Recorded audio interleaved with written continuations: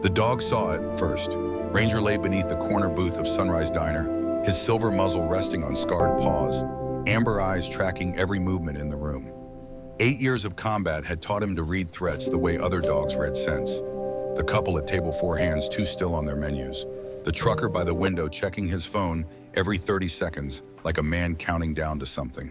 The old woman nursing cold coffee, her cup rattling against the saucer every time the door opened. 12 customers total. 11 of them were afraid. The 12th sat across from Ranger in the booth. Marcus Sullivan, 6'2", broad shoulders that filled out a worn Carhartt jacket like he'd been born in it. Hands that rested flat on the table, palms down, fingers spread. Combat hands. Hands that knew how to break things when breaking was necessary. Marcus hadn't moved in 40 minutes. The coffee in front of him had gone cold an hour ago. Steam had stopped rising from the black surface 30 minutes back. Now it just sat there, a dark mirror reflecting the diner's fluorescent lights, and Marcus's face lined and weathered and completely still. Ranger knew that stillness, had seen it in the mountains of Afghanistan, in the moments before contact, when Marcus would go completely motionless and the world would hold its breath. When everything human seemed to drain out of him and something older took its place. Something that waited, something that watched, something that survived. The diner smelled like coffee and grease and old linoleum, like 1,000 small-town diners across America, the kind that opened at 5 in the morning and closed at 9 at night, the kind that served breakfast all day and knew every customer by name. The kind that used to be the heart of places like Millbrook, Colorado, before the heart started failing. Outside, the October sun was setting behind the Rocky Mountains, painting the sky in shades of red and gold that looked like fire, like the sunsets in Fallujah, like the last light before the darkness came and the real work began. Ranger's ears twitched. The waitress was coming. She moved with a limp, subtle. Most people wouldn't notice. But Ranger noticed everything, and Marcus noticed more. The way she favored her left leg, the slight hitch in her stride every third step, the way her right hand unconsciously brushed her hip, where a sidearm would rest if she were still wearing one. Military, combat, discharged but not broken. Her name tag said Rebecca. No last name, just Rebecca written in fading Sharpie on a plastic rectangle pinned to a white uniform that had seen better days. She was 26, maybe 27. Auburn hair pulled back in a ponytail. Green eyes that had seen things, eyes that young shouldn't see. A small scar on her left cheek, barely visible, the kind you got from shrapnel or flying glass, or the 1,000 ways war found to mark you. She stopped at Marcus's table. Still working on that coffee? Her voice was steady. No tremor, no forced cheerfulness. Just a simple question from someone who understood that sometimes a man needed to sit with cold coffee and think about things that couldn't be said out loud. Marcus looked up. Their eyes met. For 3 seconds, neither spoke. In those 3 seconds, a conversation happened that had no words. Veteran to veteran, warrior to warrior. Two people who had been to the edge and looked over and somehow made it back, even if the back was never quite the same as before. Just sitting, Marcus said finally. Rebecca nodded once. I'll leave you to it. She turned to go. Ranger watched her walk away, that careful limp, that unconscious reach for a weapon that wasn't there. Marcus watched too, and something in his expression shifted.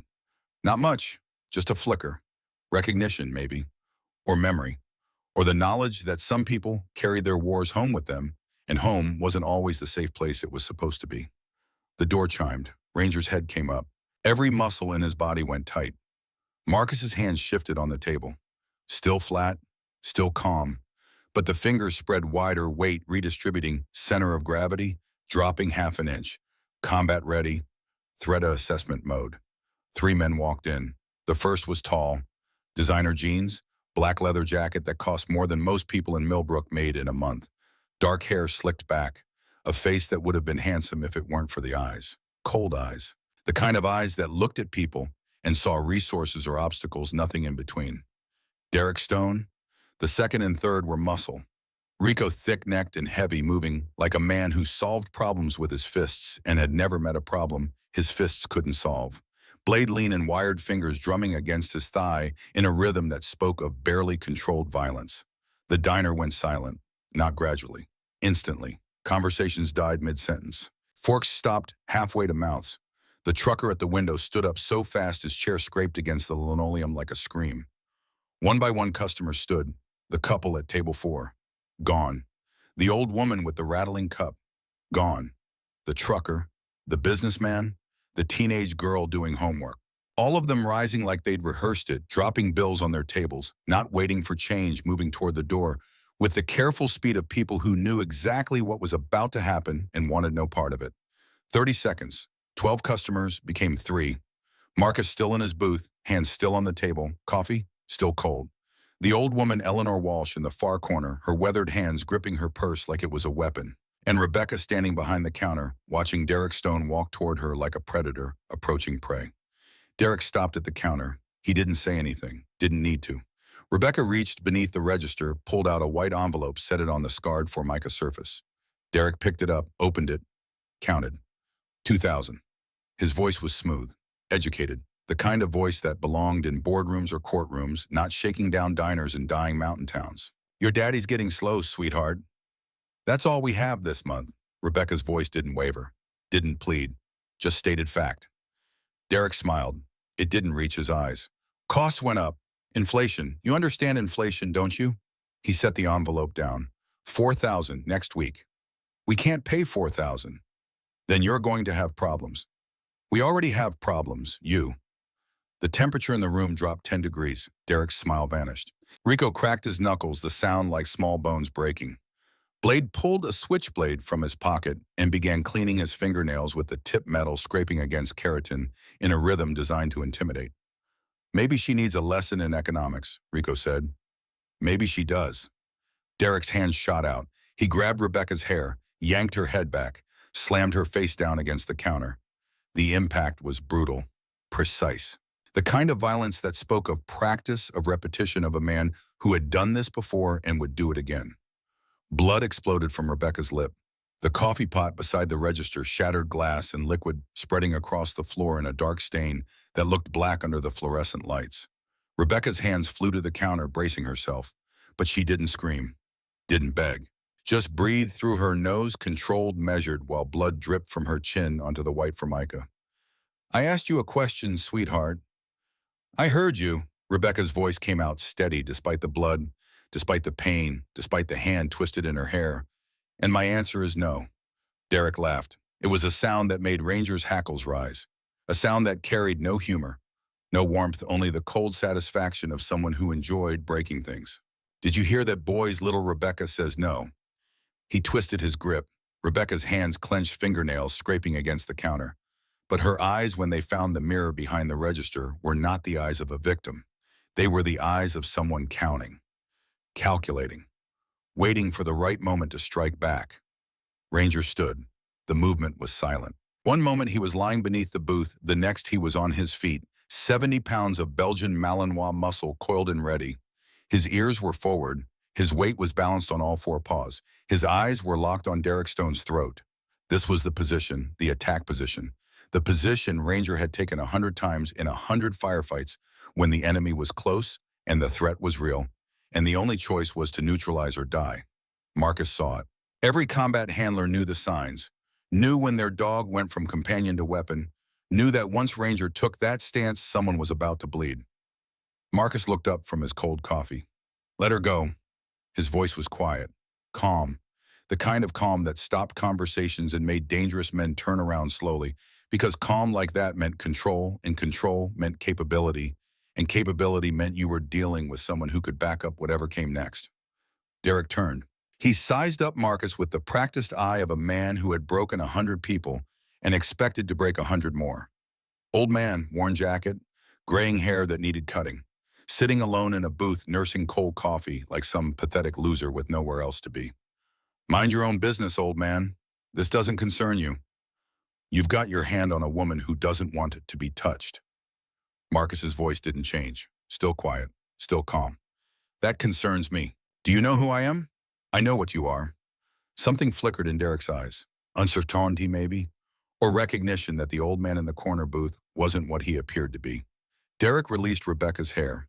She stumbled back against the coffee machine, one hand pressed to her bleeding mouth, the other braced against the counter to keep herself upright. Derek turned fully to face Marcus. 3 against 1, Grandpa, and that mutt doesn't count. He counts. Yeah, let's test that theory. Derek snapped his fingers. Rico, Blade, teach this hero a lesson. Rico moved first. He was fast for his size. A straight charge arms wide, the kind of tackle that worked on men who didn't know how to redirect force. The kind of move that relied on weight and momentum and the assumption that bigger always won. Marcus stood. The movement was economical. No wasted motion, no telegraphing. Just a shift from sitting to standing that put him exactly where he needed to be. Rico closed the distance. Marcus stepped left. One step. Perfect placement. His hand caught Rico's wrist. Pulled. Twisted. Momentum became weapon. Physics became violence. Rico's own weight and speed carried him past Marcus, past the point of balance, past the moment where recovery was possible. Rico's face hit the floor. Hard. The impact cracked teeth. Blood sprayed from his mouth. His body went limp, not unconscious, but stunned, the kind of stun that came from having your brain rattled inside your skull and your sense of up and down temporarily erased. 4 seconds had passed. Blade was already moving. The knife flashed in the fluorescent light, aimed low, seeking gut. A prison move. Designed to puncture intestines, cause slow death, maximum suffering. Ranger intercepted. The dog didn't bark, didn't snarl, didn't announce his intention with sound. He simply moved 70 pounds of trained muscle launching from a standing position with a speed that seemed to violate physics. He hit Blade at the knee. The joint buckled. Blade went down, the knife spinning from his hand, clattering across the linoleum. Before Blade could recover, before he could even process what had happened, Ranger was on top of him, teeth inches from his throat. A low sound vibrating from deep in the dog's chest, not a growl, something lower. Something that spoke of ancient instincts and modern training, and the absolute certainty that one wrong move would end in severed arteries. Total elapsed time 4 seconds. Derek stared. His mouth opened, closed, opened again. The mathematics of the situation had just shifted in a way his brain couldn't quite process. 2 men down, 1 dog holding a knife fighter hostage, 1 old man standing calm and still like nothing had happened. Your boys are down. Marcus's voice hadn't changed. Still quiet, still calm. You can join them or you can walk out that door. Your choice. Do you have any idea what you've just done? I stopped a man from hurting a woman. In my experience, that's never the wrong choice.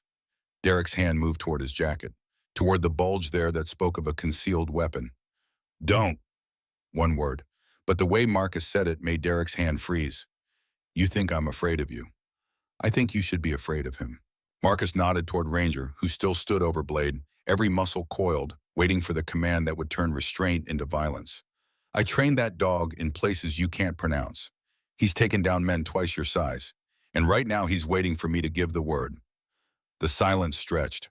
Rebecca watched from behind the counter, one hand still pressed to her bleeding lip, her heart hammering so hard she could feel it in her throat. Nobody moved. Nobody breathed.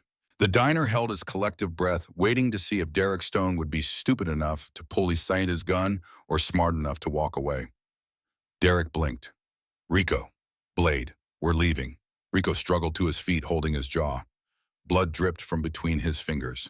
Blade hadn't moved, his eyes still fixed on Ranger's teeth, on the promise of death, held back by the thinnest margin of control. Blade. Now. Call off the dog. Marcus looked at Ranger. Release. Ranger held for 1 more heartbeat, long enough to make a point, long enough to ensure that Blade would remember this moment, would dream about those teeth, would think twice before pulling a knife on someone again. Then he stepped back. His eyes never left Blade as the man scrambled to his feet, never looked away as the 3 of them retreated toward the door, Derek trying to maintain dignity, Rico stumbling, Blade moving like a man who had just seen his own death and barely escaped. Derek stopped at the threshold. You made a mistake tonight, hero, a big one.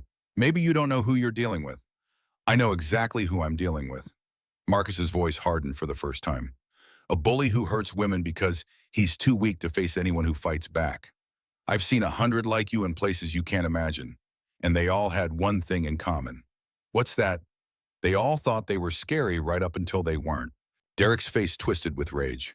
His hand moved toward his jacket again, fingers trembling with the desire to draw, to shoot, to prove that he was still the most dangerous thing in the room. But he didn't, because somewhere in the lizard part of his brain, the part that calculated survival above all else, he understood that if he drew that gun, he would die. The old man would kill him, or the dog would, or both. And all his money, all his connections, all his carefully constructed empire of fear would end in a pool of blood on a diner floor. Derek left. The door slammed behind him. Through the rain-streaked window, Rebecca watched the three men pile into a black SUV. Tires squealed. Headlights disappeared into the night, swallowed by darkness and distance. The diner exhaled. Sound returned. The hum of the fluorescent lights, the drip of spilled coffee, the soft gasps of Eleanor Walsh in her corner booth, remembering how to breathe. Rebecca became aware of her hands shaking, of blood still dripping from her lip, of her father, Bill Callahan, emerging from the kitchen with a face gone white as paper. "Rebecca, are you?" "I'm fine, Papa." She wasn't fine. Her lip was split.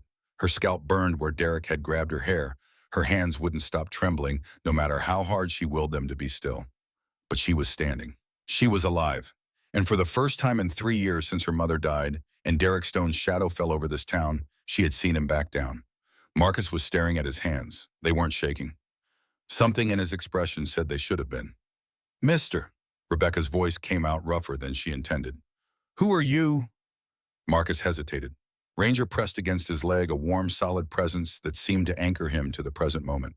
"Just someone who was here." "That's not an answer." "It's the only one I've got." Rebecca stared at him. Blood still dripped from her chin. Her wrists throbbed where she'd braced against the counter.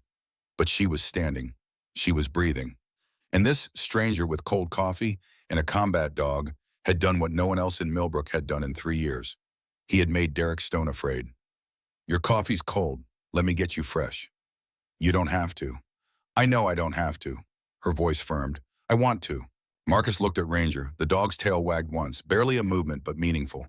He returned to his booth, sat down, waited. Rebecca's hands shook as she poured fresh coffee. She watched them tremble and willed them to stop, but they wouldn't. 3 years. 3 years of Derek's visits, of his threats, of watching her father age a decade in months. 3 years of paying and praying and hoping someone would help. And now this, a stranger, a dog. 4 seconds of violence that had accomplished more than all her prayers combined. She carried the cup to his booth, set it down carefully. Steam rose from the dark liquid. "I have to know something, okay? When you stood up, when you did what you did." She paused, searching for words. "Were you scared?" Marcus considered the question. Really considered it, like he was weighing something heavy and important. "No." "How 3 men, armed, and you just..." "Being scared requires thinking about what might happen. I didn't have time to think, just time to move. That's not normal." "No, it's not." Rebecca looked at the dog. Ranger had settled back under the table, chin on his paws, eyes half closed but watchful. Always watchful. "What's his name?" "Ranger." "Military, Navy SEAL K9, Afghanistan, Iraq, a few other places that don't exist on maps." Rebecca's breath caught. She'd suspected, the way they moved together. The absolute synchronization. But hearing it confirmed was different. "And you?" "SEAL Team 3, 20 years, retired." "Retired," she tested the word. "Is that what we're calling it?" Marcus's eyes found hers. In them, she saw the same thing she saw in her own mirror every morning. The same ghosts, the same weight, the same knowledge that some things couldn't be left behind no matter how far you ran. "What about you?" Marcus asked quietly. "What about me? The way you moved when he grabbed you, the way you're standing now, the way you counted his breathing before he hit you." Marcus took a sip of hot coffee. "That's training." Rebecca's hand went unconsciously to her hip again, to where her service weapon used to rest.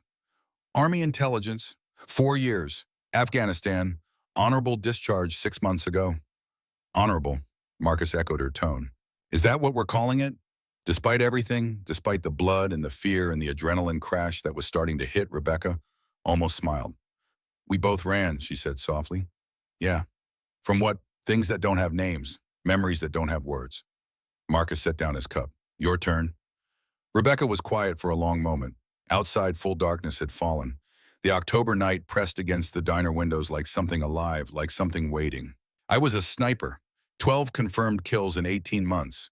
They called me Reacher because I never missed." She touched her split lip, winced. "Then I saw something I wasn't supposed to see. Reported it. And 6 months later, I was home with an honorable discharge and a warning to keep my mouth shut." "What did you see?" Before Rebecca could answer, the kitchen door swung open. Bill Callahan emerged, moving slowly, carefully, like every step cost him something he couldn't afford to lose. He was 64, but looked 80.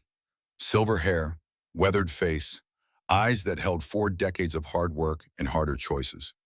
He stopped at the edge of the counter, staring at Marcus with an expression that mixed gratitude and shame and something deeper, something broken.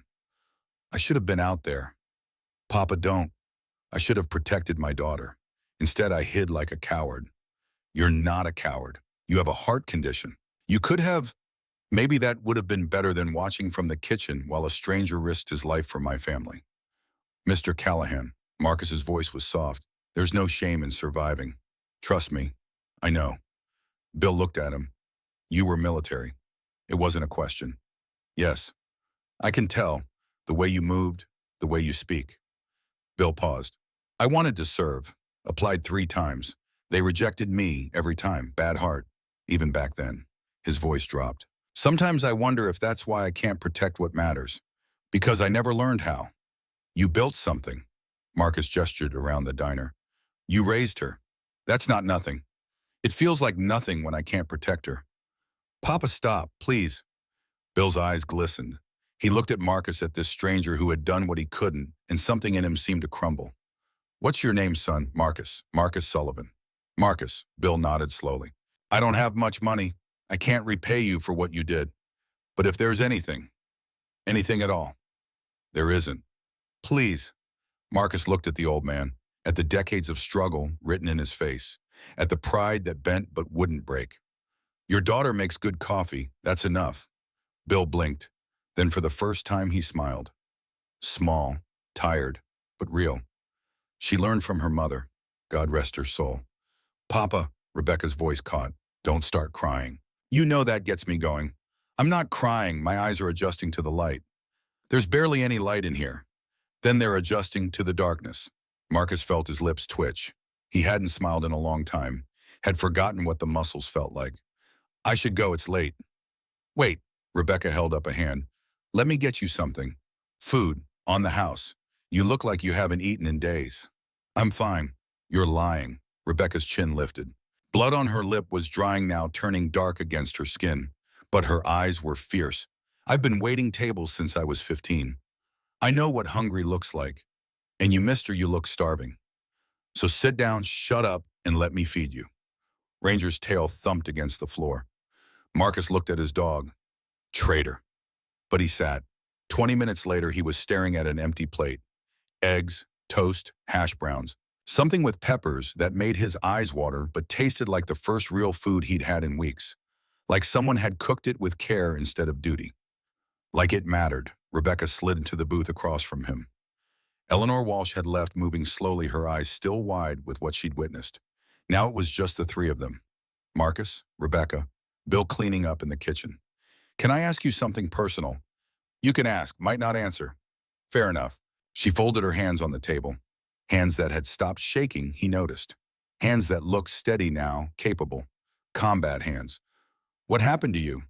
What do you mean? You said you spent 20 years as a SEAL, but you also knew exactly how to stop 3 men without killing them, without even seriously hurting them. She paused. That sounds like someone who's done both. Someone who chose not to. Marcus stared at her, young, perceptive, dangerous in ways that had nothing to do with physical capability. Yeah, he said finally. Both. Want to talk about it? No. Okay. She didn't push, didn't pry, just sat there comfortable in the silence, like she understood that some wounds couldn't be discussed, only lived with. After a while, Marcus spoke. I did things over there, things I can't take back, things I'm not proud of. He looked at Ranger. The dog looked back with amber eyes that had seen everything Marcus had seen, had survived everything Marcus had survived. He saved me, more than once, from enemies, from myself, from the voice in my head that said none of it mattered. What voice? The one that tells you to give up, to stop fighting, to let the darkness win because fighting is exhausting and darkness is easy. Rebecca's face softened. I know that voice. Yeah, it visits me at 3 in the morning. When the bills are due and the payments keep coming and there's never enough, no matter how hard I work. She glanced toward the kitchen where Bill was washing dishes with hands that shook. It tells me to run, to leave, to save myself and let this place die. But you stay. I stay. Why, Rebecca was quiet for a moment. Because my mother built this diner. Brick by brick, dream by dream. She died 3 years ago, cancer. Her voice cracked, and I promised her I would keep it alive. Some promises you can't break, even when keeping them breaks you. Marcus understood that, understood it in his bones, in his blood, in the places where words couldn't reach. He pulled out his wallet, left 2 20s on the table. More than the meal was worth, more than seemed reasonable for eggs and coffee. Rebecca opened her mouth to protest. Don't. Marcus stood. Derek's going to come back. You know that. I know. And when he does, he'll bring worse. I know that too. Or lock your doors tonight. Don't open them for anyone. Marcus pulled a napkin from the dispenser, wrote a number on it, slid it across the table. If he comes back, call me. Rebecca stared at the napkin, at the 10 digits written in precise block letters, at the lifeline being offered by a stranger who owed her nothing. I'm not asking you to fight my battles. I know. Then why are you doing this? Marcus looked at Ranger. The dog looked back, and in that exchange something passed between them. Some understanding that went beyond words. Because someone has to. He walked toward the door. Ranger followed, pressing close against his leg the way he always did when the world felt uncertain. Marcus, he stopped. Didn't turn. Thank you. For tonight. For standing up. Don't thank me yet. The hard part hasn't started. He pushed through the door into the cold October night. Ranger followed, breath misting in the air. The parking lot was empty except for Marcus's old truck, a Ford F-250 that had seen better decades. Marcus reached the driver's door, stopped, turned back. Through the diner window he could see Rebecca's silhouette. She was still sitting in the booth looking at the napkin with his number. Her father beside her, now talking quietly. Both of them trying to process what had just happened. 3 years Marcus had been running. 3 years of cold coffee in anonymous diners, of one-room apartments and odd jobs, and trying to forget. Trying to become nobody. Trying to disappear. Tonight someone had needed help. Tonight he had stood up. Tonight that part of him he thought was dead had come back. And he wasn't sure whether to be relieved or terrified. Marcus climbed into his truck. Ranger jumped in beside him, settling into the passenger seat with the ease of long practice. The engine turned over, rough but reliable. Headlights cut through the darkness. As he pulled out of the parking lot, Marcus's phone buzzed. Unknown number. He almost didn't answer. Almost drove away and let whatever came next happen to someone else. Almost, he answered. Mr. Sullivan. A woman's voice, older, calm in the way people are calm when they've already accepted the worst. My name is Eleanor Walsh. I was at the diner tonight, Marcus remembered. The old woman in the corner booth, coffee cup clutched like a shield. Eyes fixed on the table while Derek terrorized Rebecca. I remember. I didn't help that girl. I sat there like a coward while those men hurt her. And I didn't do a single thing. Most people don't. That's not an excuse. That's an explanation. Eleanor paused. I'm calling because you need to know something about Derek Stone, about what you've gotten yourself into. Marcus pulled over, put the truck in park. I'm listening. Derek isn't just some small-time thug. He's connected. His uncle is Frank Stone, the sheriff. Half the businesses in this town pay him protection. The other half are too scared to speak. Why are you telling me this? Because you stood up, and standing up in Millbrook has consequences. Eleanor's voice dropped. The last man who tried to fight Derek was Ramon Vega, owned the auto parts store on 5th Street, refused to pay. 2 weeks later, his store burned to the ground. Insurance called it electrical failure. Ramon called it a message. Where's Ramon now? Missing, 1 year ago last Tuesday. His wife still puts up missing person flyers every week. Eleanor exhaled. I'm not telling you this to scare you. I'm telling you because you deserve to know the truth. Derek doesn't lose. He can't afford to. The moment he looks weak, his whole empire crumbles. And tonight I made him look weak. Very weak, which means he'll come back. And when he does, he won't make the mistake of underestimating you again. Marcus closed his eyes. He'd known. Of course he'd known. You didn't put down men like Derek without consequences, without escalation, without war. What do you want from me, Mrs. Walsh? Nothing, I just wanted you to have information. What you do with it is your choice. She paused. But if you decide to fight, really fight, you won't be alone. There are others. People who are tired of living in fear. People who've been waiting for someone to go first. And you think I'm that someone? I think you already made that choice. The moment you stood up, you started something. The only question now is whether you finish it. The line went dead. Marcus sat in his truck, engine, idling headlights, illuminating nothing but empty road and October darkness. Ranger whimpered, low, concerned. Yeah, Marcus said quietly. I know. He drove to his apartment. One room above a closed garage on the edge of town, parked, climbed the stairs, unlocked the door. Inside a bed, a table, a chair, no pictures on the walls, no decorations, nothing that said anyone lived here really lived, as opposed to just existing between one empty day and the next. Marcus sat on the bed. Ranger settled at his feet. On the table, a bottle of whiskey he hadn't opened in 6 months. Next to it, a phone that rarely rang. Next to that, a photograph he'd carried for 3 years, the edges worn from handling. His SEAL team, 12 men, Afghanistan, 2019. 7 of them were dead now. Marcus picked up the photo, looked at faces he'd never see again outside of dreams. What would you do, he asked the photograph. Asked the ghosts. The photo didn't answer, but Ranger did. The dog stood, walked to the door, looked back at Marcus with amber eyes that said fighting was worth it, that standing up mattered. Marcus set down the photograph. Tomorrow Derek Stone would come. Tomorrow the real fight would begin. But tonight he'd stood up, and that was enough. The call came at 6:12 in the morning. Marcus was already awake, had been awake since 3, sitting at his table with cold coffee and the photograph of his team watching the darkness outside his window gradually surrender to gray dawn. Ranger slept at his feet, the dog's breathing steady and deep in a way Marcus's hadn't been for years. The phone buzzed, Rebecca's number this time. Marcus answered. He came back. Her voice, controlled, calm, but underneath something razor sharp, something that vibrated with barely contained fury. You were right. Marcus was on his feet before she finished speaking. Where are you, Betty? The diner. You should see this. Stay inside, lock the doors. I'm coming. He was in his truck in 30 seconds. Ranger in the passenger seat, already alert, already reading the tension in Marcus's movements, the way he'd been trained to read everything. Combat ready. Threat assessment active. The drive took 8 minutes. Marcus made it in 5. He pulled into the Sunrise Diner parking lot and his stomach dropped. The front windows were defaced. Spray paint in letters 3 feet tall read against the glass like blood, like warning, like promise. Dead dog. Dead girl, your choice. 24 hours. Beneath that smaller but somehow worse a crude drawing. A stick figure hanging from a noose. Childish, vicious. The small window beside the door was shattered.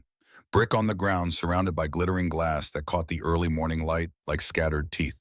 Rebecca stood in front of the diner, one hand covering her mouth, the other wrapped around herself like she was trying to hold her body together. She'd changed out of her waitress uniform. Jeans, flannel shirt, work boots. Her hair was down, and in the pale dawn light, she looked younger than 26. Marcus got out of the truck. Ranger followed, moving low and fast ears forward, scanning for threats. When, sometime between midnight and 5, we found it 20 minutes ago. Rebecca's voice was hollow. My father's hurt. Marcus moved past her through the broken door glass, crunching under his boots. The diner looked worse in daylight, tables overturned, chairs broken. The cash register smashed open on the floor. And blood. Not much, but enough. Bill Callahan sat in a booth at the back, pressing a towel to his head. His face was pale, his hands shook, but his eyes were clear-focused. Mr. Callahan. Marcus, Bill's voice came out steady despite the blood. They came through the back, 3 of them, different from last night, younger, meaner. Did they say anything? Just one thing. Tell the old man and his dog that Derek sends his regards. Bill lowered the towel. The wound beneath was ugly, a gash across his temple. I tried to fight, grabbed a knife from the kitchen. One of them laughed, said I was too old to be playing hero. Then he hit me.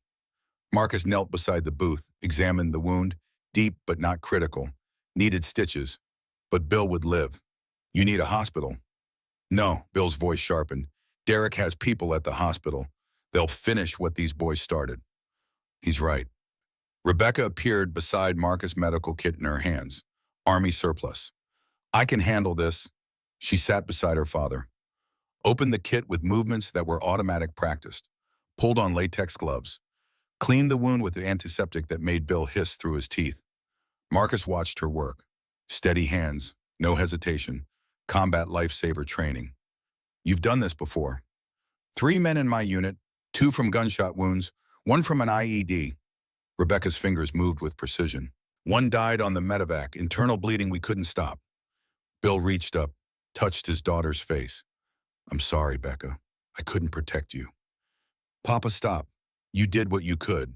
Your mother would be ashamed. Mom would be proud you survived. Rebecca finished bandaging, peeled off her gloves, and she'd tell you what I'm telling you now. This ends tonight. She stood, pulled out a notebook.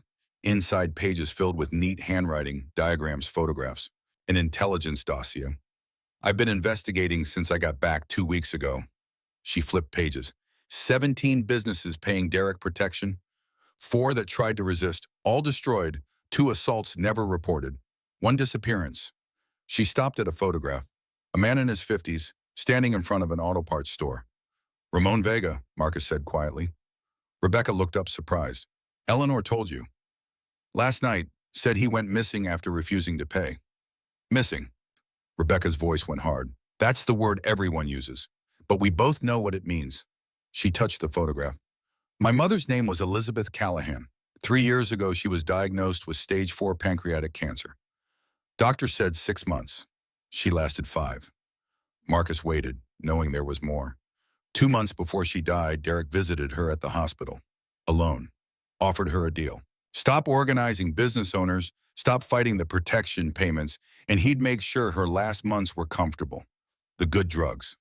She refused. Told him to go to hell. Told him she'd rather die in agony than let him think he owned her. Rebecca's hands clenched. 2 weeks later, she was screaming. They increased her morphine, but it didn't help. Nothing helped. She died thrashing in a hospital bed. The diner was silent. You think he did something to her? Woody, I know he did something. I just can't prove it. Rebecca showed Marcus medical records, highlighted sections. Her pain medication was changed twice in the last month. Different prescriptions, different pharmacy. Both times the pain got worse. Marcus studied the records. He wasn't a doctor, but he'd seen enough intentional suffering to recognize patterns. Switched her meds, or contaminated them, or gave her something that made the cancer hurt more. Rebecca's voice cracked. I was in Afghanistan. I couldn't be here. By the time I got emergency leave, she was already gone. Bill spoke from his booth. I should have known, should have seen. How could you see? Rebecca knelt beside her father. It's not your fault, Papa. It's his, and tonight he pays.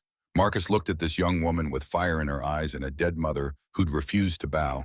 Looked at her and saw purpose. You have a plan. The beginning of one, but I need help. Marcus pulled out his phone, dialed Eleanor Walsh. She answered on the first ring. Marcus? Eleanor, Rebecca needs to talk to you. I'll be there in 10 minutes. She made it in 8. Eleanor Walsh walked into the Sunrise Diner wearing a pantsuit and fury barely contained by decades of courtroom discipline. She surveyed the damage, her mouth tightened. Derek's escalating. He's scared, Rebecca said. Marcus made him look weak.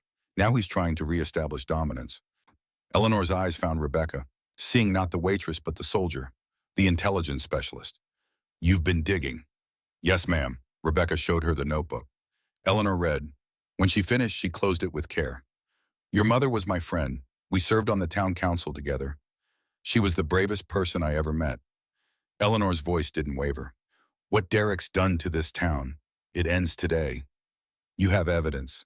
I have something better. Witnesses who are ready to talk. Eleanor pulled out her phone, made 5 calls. Each time her voice was calm, certain commanding. Who did you call? Rebecca asked. People who've been waiting for this moment. Eleanor checked her watch. They'll be here within the hour. The first to arrive was Detective Kate Morrison.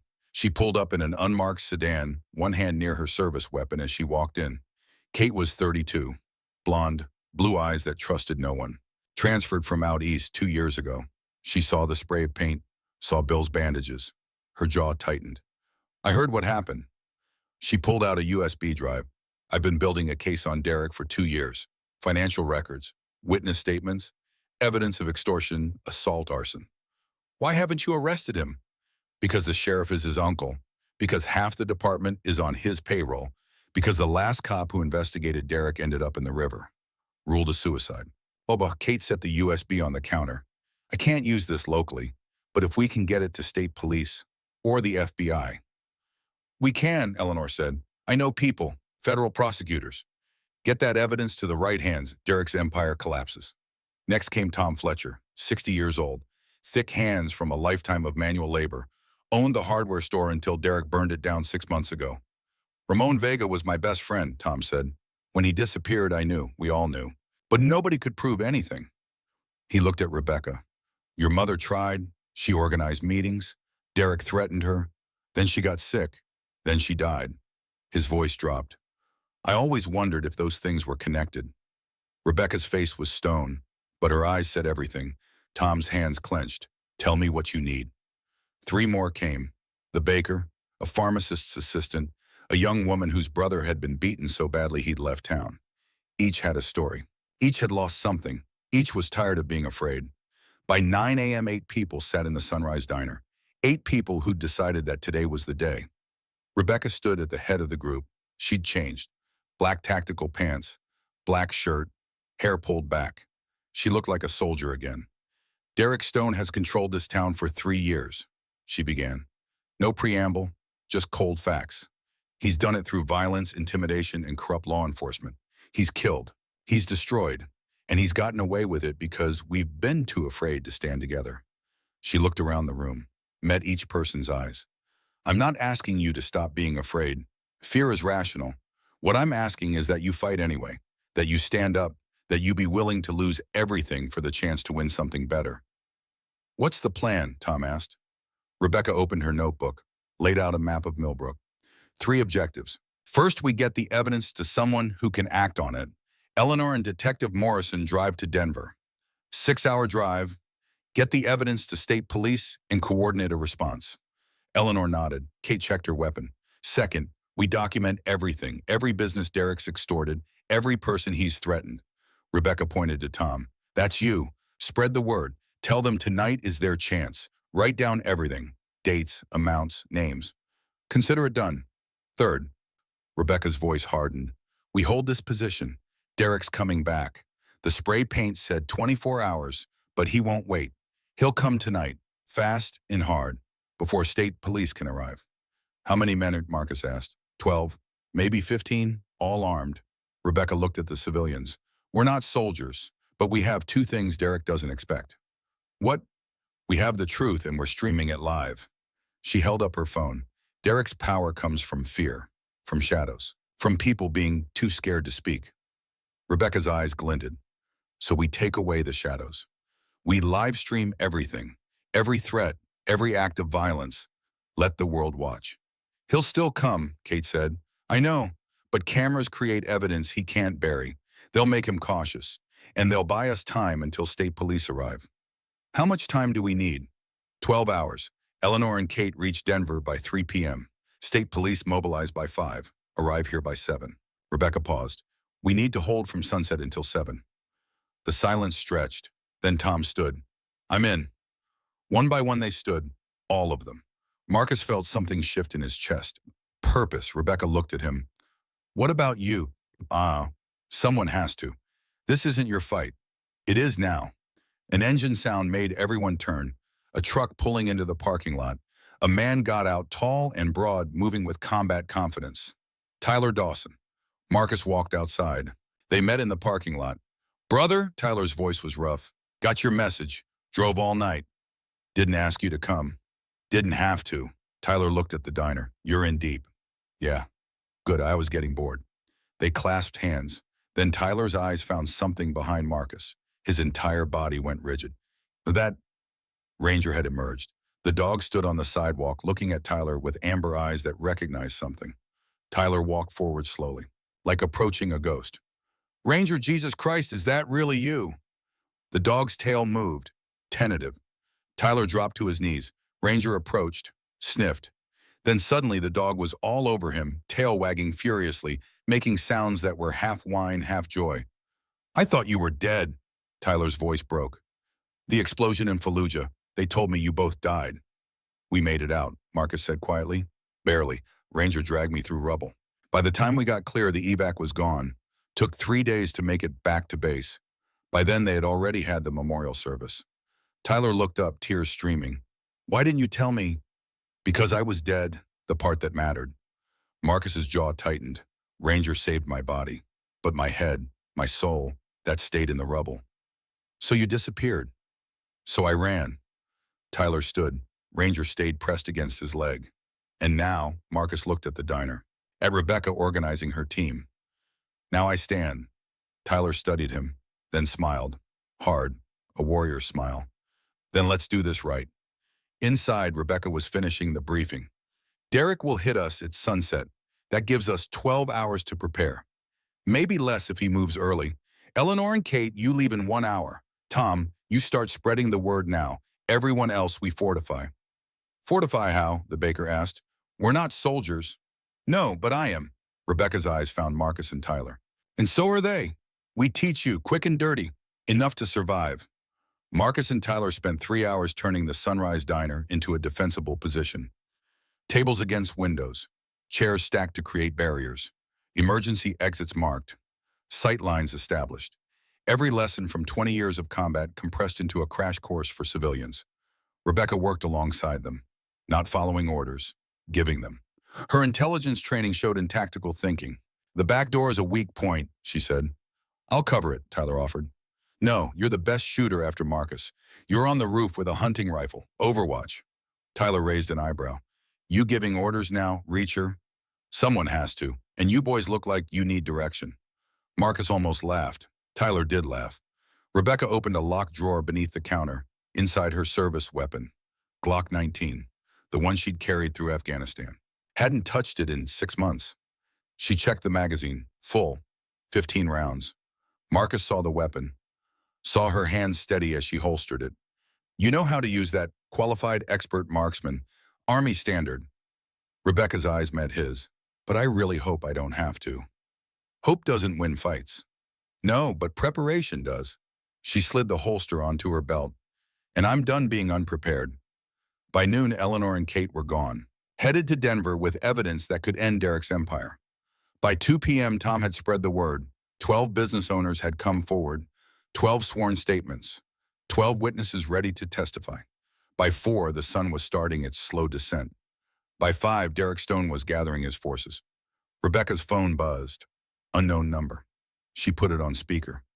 Rebecca Callahan. Derek's voice. Smooth but underneath barely contained rage. I hear you've been busy today. Derek. Making calls, gathering people, planning something stupid. He laughed. Do you really think you can fight me? I know exactly what's coming. You, your boys, probably around sunset. We'll be waiting. I'm going to burn that diner to the ground. Make you watch your father die. Then, you're going to fail, because this time, Derek, you're not fighting scared civilians. You're fighting soldiers, and we don't run. She hung up. Marcus looked at her. That was tactical. Now he knows we're ready. Now he has to decide if he wants to walk into a prepared defense. He'll come anyway. I know, but he'll be cautious. He'll bring more men. He'll plan. Rebecca checked her watch, which buys us time. The last hour before sunset passed like a held breath. Marcus sat with Rebecca in a booth. Ranger at their feet, Tyler on the roof, Tom and the others at their positions.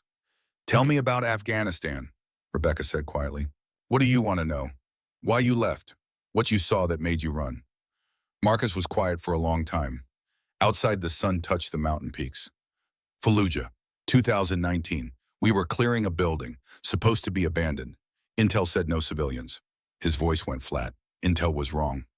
Rebecca waited. We breached, swept the rooms, found 6 enemy combatants, engaged, neutralized the threat. Marcus's hands clenched. Then we found the family in the basement, hiding. Mother. 2 children.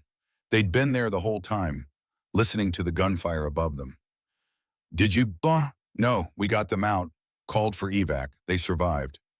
Marcus looked at his hands. But I kept thinking, what if we'd thrown a grenade? What if we'd used explosives? What if we'd been 3 seconds faster? But you didn't. That time? But how many other times? How many buildings did we clear without checking every corner? How many precision strikes hit targets with families next door? His voice cracked. 20 years. 20 years of killing to protect people. And I couldn't stop thinking, what if the math is wrong? Rebecca took his hand. The math isn't wrong. You saved more than you killed, protected more than you hurt. Sometimes the world needs people willing to do hard things. You sound certain. I am certain, because I've been where you are. had the same doubts of his. She squeezed his hand. But then I came home and saw Derek terrorize this town while everyone looked away. And I realized the math isn't about perfection. It's about trying. It's about standing up even when it's hard. The sun disappeared behind the mountains. Darkness fell, and in that darkness, headlights appeared. 3 vehicles, moving slowly, coming toward the diner. Rebecca stood, pulled out her phone, opened the camera app, hit the live stream button. Red light appeared. Recording. "Good evening," she said to the camera, to the world. "My name is Rebecca Callahan. I'm a veteran. This is my father's diner, and tonight we're taking our town back." Outside, the vehicle stopped. Doors opened. 12 men emerged. Armed, ready. They had no idea what was waiting. Derek Stone stepped forward. He'd changed. Black tactical gear, Kevlar vest, combat boots, a pistol on his hip, and rage carved into his face. He walked toward the diner. The live stream counter climbed. 3,000 viewers, 5,000, 8,000. Derek stopped 10 feet from the door, close enough to see inside, close enough to see Rebecca filming. "Rebecca Callahan," his voice carried, "you're making a mistake. The only mistake was letting you terrorize this town for 3 years." Rebecca's voice was steady. "But that ends tonight." Derek laughed. "You think a phone is going to save you? I think 20,000 people watching you commit assault gives the FBI a pretty clear case." Derek's smile faltered. He checked his phone, saw himself on screen, saw comments flooding in. "You're bluffing. Check trending topics. Check Twitter. Hashtag Millbrook standoff. Your face is all over social media. By morning, you'll be famous." Derek's face went white, then red, then something beyond color. "You think this changes anything?" "I think it changes everything." Behind Derek, his men shifted nervously. They'd signed up for intimidation, not for being broadcast to the world, not for federal charges. "Boss," Rico said quietly, "maybe we should—" "Shut up." Derek didn't look away from Rebecca, from the camera. "You want to play games, fine." He raised his hand, snapped his fingers. His men moved to the vehicles, opening trunks, pulling out weapons, rifles, shotguns, serious firepower. The live stream exploded, comments flooding. "Call the police. Call the FBI. Someone do something." But the police were hours away in Denver, and the only thing standing between Derek and wholesale slaughter was a handful of civilians and 2 veterans. Derek chambered around, the sound obscenely loud. "Last chance, Rebecca. Give me what I want. Maybe I let some of you live." "What do you want?" "The evidence, the files, all of it." Derek's eyes glittered. "And you? I want you to admit on camera that you made everything up." Rebecca almost laughed. "You're insane." "I'm practical. Destroy your credibility. I let your father live. Fair trade." Marcus's hand moved to his waist. Empty air. They were outgunned, outmanned. They were going to lose. Unless. Rebecca's eyes found Marcus. A question, a calculation. Marcus gave the smallest nod. Rebecca turned back to the camera. "Derek Stone is threatening to kill everyone in this diner unless I recant. He's armed with military-grade weapons. He has 12 men, and he's about to commit mass murder on live stream." She paused. "If you're watching, if you're law enforcement, if you have any authority, we're at Sunrise Diner in Millbrook, Colorado, and we need help now." Derek's face twisted. "That's not going to sirens." Distant at first, then closer. But Derek didn't wait. "Now," he shouted to his men. Before they get here, his men moved, not toward vehicles, toward the diner. Weapons raised. 12 men advancing. "Last chance," Derek shouted. "Turn off that camera or we come in shooting." Rebecca's hand didn't waver. The phone stayed up, red light blinking. 40,000 viewers, Derek. The whole world is watching. Then they can watch you die. The first shot cracked through the October night. Glass exploded. The front window shattered. Customers screamed. Tom Fletcher dove behind an overturned table. But they had no guns. Just bats and wrenches and desperate courage. Marcus was moving, fast, low. Combat reflexes kicking in. He grabbed Rico as the man came through the window, elbow to the temple. Rico dropped. Tyler's rifle cracked from the roof. One of Derek's men went down, clutching his shoulder. Warning shot, aimed to wound. Ranger was a blur, intercepting blade at the door, jaws closing on the knife hand. But there were too many. Men pouring through the back, through the sods, surrounding the diner. Bill Callahan stood in the kitchen doorway, shaking, terrified, but holding a kitchen knife like a sword. You want my daughter? His voice cracked. You go through me first. One of Derek's men laughed, raised his pistol. Papa, no, Rebecca screamed. The shot was impossibly loud. Bill staggered, hand going to his shoulder, blood spreading. But he didn't fall. Is that all you got? Bill's voice was stronger now. I survived 40 years in this town. I survived losing my wife. You think one bullet scares me? He charged. An old man with a bad heart and a kitchen knife charging armed thugs because his daughter needed him to be brave. Tom Fletcher saw it, saw Bill's desperate courage. He stood, swung his bat, connected with a thug's knee. The man went down screaming. The baker threw hot coffee in someone's face. Ordinary people, fighting anyway. The diner became chaos, fists and bats and blood and breaking furniture. Marcus fought 3 men, precision strikes, broken noses, dislocated shoulders. But he was 42, not 25. His body remembered injuries. He was slowing. One of Derek's men got past his guard, fist to the jaw. Marcus staggered, another hit. Ribs, something cracked. Rebecca saw Marcus going down, saw Derek stepping through chaos, gun raised, aiming at Marcus's head. She moved without thinking, dove between them. Derek's gun tracked her, finger on trigger. Time slowed. Then sirens, real ones, right outside. State police vehicles screeched into the lot. 20 troopers, weapons drawn. Everyone freeze. Drop your weapons. Derek's men looked at each other, at the police. One by one they dropped their guns. Derek stood there, surrounded, blood on his hands, gun still raised. Put it down, Stone. It's over. Derek's hand trembled, understanding every avenue had closed. This isn't over, he whispered. Then louder, this isn't over. He lowered the gun. They cuffed him, dragged him away. His men followed, bleeding, defeated. Rebecca lowered her phone. 45,000 viewers had watched. Bill collapsed. Rebecca caught him, blood soaking through his shirt. Papa, stay with me. Did we win? His voice was faint. We won, Papa. We won. Marcus pulled himself up, ribs screaming, jaw swelling, but alive. Tyler climbed down. 3 shots fired, 3 wounded. No kills. Tom sat on the floor, bat in hand, staring at his shaking fingers. The diner was destroyed. Broken windows, shattered furniture, blood everywhere, but they were alive. And Derek Stone was in handcuffs. The live stream counter kept climbing. 50,000, 60,000, evidence that couldn't be buried. Rebecca looked at her phone, at everyone who'd stood with her, at her father bleeding but smiling, at Marcus broken but standing. She ended the live stream. It's over, she said quietly. But she was wrong. It was just beginning.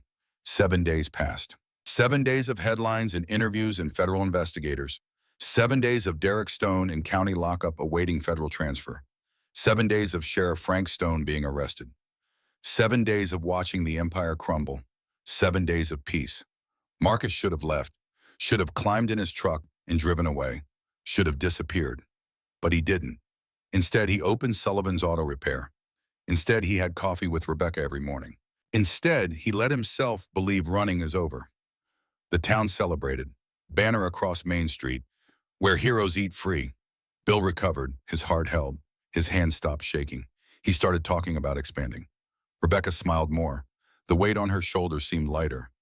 Marcus let himself hope. That was his mistake. The phone rang at 3:14 a.m. Marcus answered before the second ring. Marcus Sullivan, a man's voice. Federal. Professional.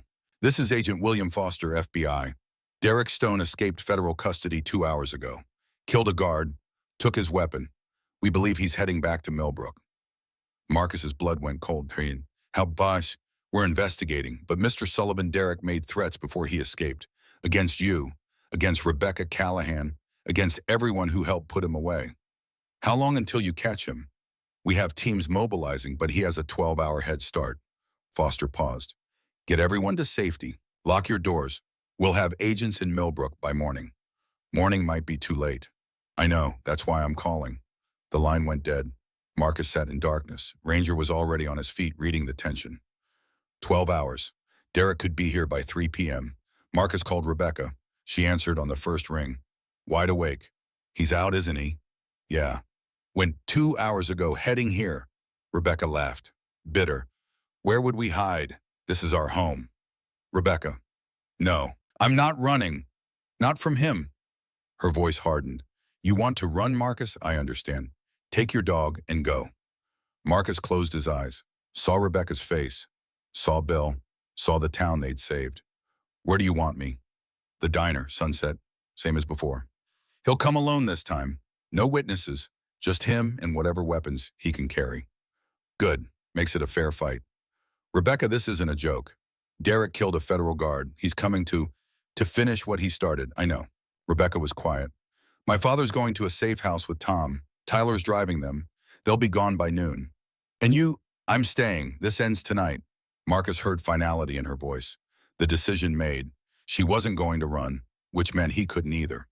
I'll be there at sunset. He arrived at 5 p.m. The October sun already descending, long shadows across the parking lot. Rebecca was waiting. Black jeans, black tactical shirt, hair pulled back tight. A holstered sidearm on her hip, her service weapon from Afghanistan. She looked like a soldier again. Marcus got out. Ranger jumped down, moving slower. The dog was 8, had been through too many wars. You came, Rebecca said. Did you doubt I would? No, but I hoped you'd be smart enough to run. Never been accused of being smart. Rebecca almost smiled. Then her face went serious. He'll be here soon. I can feel it. How do you want to play this? Straight, no tricks. Just me and him. That's suicide. That's justice. Marcus wanted to argue, but he looked in her eyes and saw she'd already made peace with dying. At least let me cover you. Ranger and I can set up inside the... If you're here, he might not show. Derek wants me. Just me. One-on-one. He's insane. He's desperate. Rebecca's hand went to her sidearm. Marcus, if this goes bad, tell my father I love him. Tell him yourself. A vehicle appeared on the horizon, black sedan, moving fast. Derek, Rebecca's hand touched her weapon.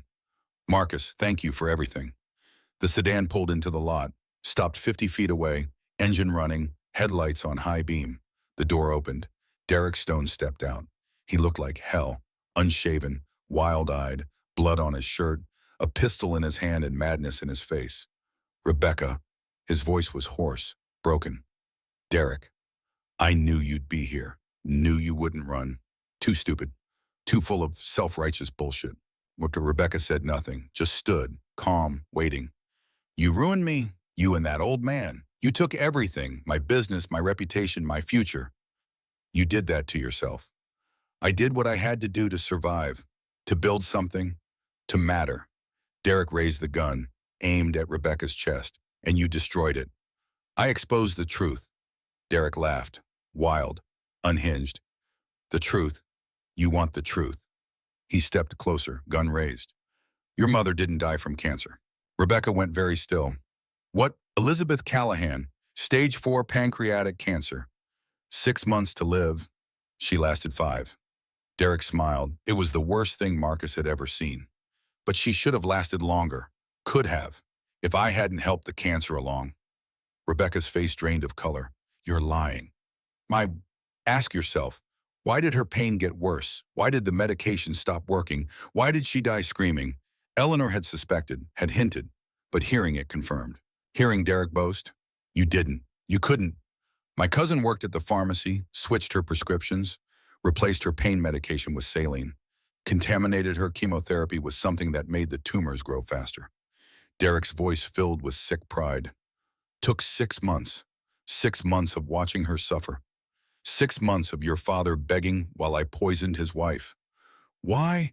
The word came out as a whisper. Why would you do that? Because she wasn't afraid of me.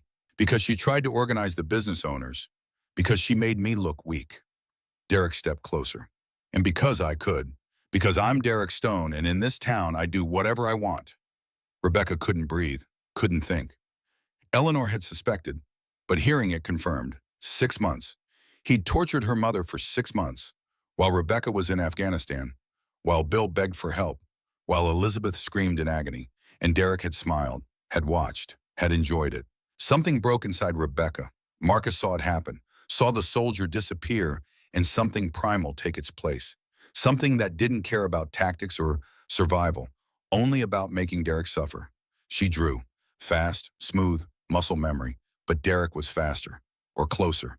His gun came up, finger tightened, the world went slow motion. Marcus was moving, shouting. Ranger was launching, 70 pounds of fury. Rebecca was diving, too late. Derek was firing. The gunshot cracked. But the bullet didn't hit Rebecca. It hit Ranger. The dog had interposed himself, had moved with combat instinct, had made the same choice he'd made in Fallujah and Kandahar. Protect, even if it costs everything. The bullet caught Ranger in the ribcage, knocked him sideways. Blood exploded across silver fur, but momentum carried him forward. His jaws closed on Derek's wrist. Crunch, bone breaking, the gun falling. Derek screamed. Ranger collapsed, breathing shallow, blood pooling. Amber eyes finding Marcus one last time. I did good, those eyes said. No. Marcus dropped beside his dog, hands going to the wound. No, no, no. Stay with me, boy. Rebecca kicked Derek's gun away, stood over him as he clutched his wrist. You're done, she said, voice empty. You killed my mother. You tried to kill me, and you shot the bravest creature I've ever known. Sirens. Tyler had called them, had been watching from a distance, but sirens didn't matter. Derek didn't matter. Only the dog bleeding in Marcus's arms. Ranger, buddy, I need you to hold on. Vet's coming. Just hold on. Ranger's tail moved, barely. One last wag, then his eyes closed. No, don't you dare. Rebecca was there suddenly, phone in hand. Emergency vet, Dr. Sarah Mitchell, 3 minutes out. Marcus looked up, saw tears streaming down Rebecca's face. He saved me. Again. I know. He always saves me. Then let's save him. The vet arrived in 2 minutes, Dr. Sarah Mitchell. 60. Gray hair, steady hands, eyes that had seen 1,000 emergencies. She took one look and started working. Gunshot wound, rib cage, missed the lung by half an inch. Loading Ranger into her vehicle. He's strong, strongest dog I've seen in 40 years, but he needs surgery. Now. They drove to the clinic, 90 miles an hour, police escort. 2 hours of surgery. Marcus sat in the waiting room, couldn't sit, paced, Ranger's blood on his hands, on his shirt. Rebecca sat beside him when he collapsed, said nothing, just held his hand. He's all I have, Marcus whispered, the only thing that kept me alive. If he dies, he won't. You don't know that. I know he's fought through worse. I know he's survived things that should have killed him. The surgery doors opened. Dr. Mitchell emerged, exhausted, blood-stained, but smiling. He's going to make it. Marcus couldn't speak. The bullet missed everything vital, cracked a rib. A lot of blood loss. But he's stable. He'll need weeks of recovery. No more combat. She smiled. He's earned his retirement. Can I see him? 10 minutes, he's sleeping. Marcus walked into recovery, saw Ranger on a table, bandaged, breathing steady, alive. He reached out, touched the dog's head, felt warmth, felt breath. You did good, boy. You did so good. Rebecca stood in the doorway. What happens now? Marcus looked at her. At this woman who'd lost her mother and nearly lost her life and still found strength to stand. Now we rest, we recover, and we make damn sure Derek Stone never hurts anyone again. 6 months later, the Sunrise Diner looked different. New sign, Callahan and Sullivan's, veteran-owned. Fresh paint, repaired windows, tables full of customers who didn't flinch when someone walked through the door. Millbrook had changed. Sheriff Frank Stone in prison. Derek Stone in federal maximum security facing life without parole. The protection racket gone. Businesses opening. The town was healing. Marcus stood behind the counter pouring coffee. Ranger lay in his favorite booth, limping but alive, watching with amber eyes. The dog was retired, truly retired. No more combat, just peace. Rebecca came through the kitchen, carrying plates. She'd taken over most of the cooking. Table 4 needs refills. On it. They worked together, natural, partners. The door opened. A young woman walked in, maybe 22, thin, scared, a bruise on her face half hidden by makeup. Marcus recognized that look. Rebecca saw her too, set down her plates, walked over. Coffee. The woman nodded, couldn't speak. Rebecca guided her to a booth, brought coffee, sat down. I'm Rebecca. This is a safe place. Whatever you're running from, you can talk. Or not. Either way, you're safe here. The woman's face crumpled. Tears started, silent at first, then sobs. Ranger stood, walked over slowly, favoring his injured side, rested his head in the woman's lap. She looked down, at the scars on his silver fur, at the eyes that had seen everything. Her hand moved, touched his head, gentle. Ranger's tail wagged, and the woman started talking. About a boyfriend who hit her, about a family that didn't believe her, about running with nowhere to go. Rebecca listened. Marcus brought more coffee. Tom Fletcher appeared with information about shelters and lawyers. By sunset, the woman had a plan, had hope, had people willing to fight beside her. That night, after the diner closed, Rebecca and Marcus stood outside. "She'll be okay," Rebecca said. "Yeah, because you helped her. We helped her. All of us." Marcus looked at his hands. They didn't shake anymore. "You know what the hardest part is?" he asked. "What?" "Knowing there are more Derricks, more towns, more people who need help." Rebecca smiled. "Then I guess we have work to do." Ranger barked once, soft, agreeing. Marcus looked at Rebecca, at Ranger, at the life he'd almost given up on. He wasn't running anymore. He was home, and home was worth fighting for. The diner lights glowed against the Colorado night. Inside, a woman was planning her escape. Tomorrow, others would come. The work was never done, but neither were they. Marcus Sullivan, retired Navy SEAL. Rebecca Callahan, former Army sniper. Ranger the dog who'd saved them both. Three warriors who'd learned that the hardest battles weren't in distant deserts, but in small towns where evil wore familiar faces. They'd gone first, and they weren't stopping. Bill Callahan walked out, his shoulder healed, now moving with strength that had returned over 6 months of peace. He put his hand on Rebecca's shoulder. "Your mother would be proud," he said quietly. Rebecca leaned into her father. "We did it, Papa. We really did it. We're still doing it." Bill looked at the young woman visible through the window, talking with Tom. "Every day, one person at a time." Marcus felt something settle in his chest, not hope, something stronger, something that felt like belonging. The end was just another beginning, and they were ready.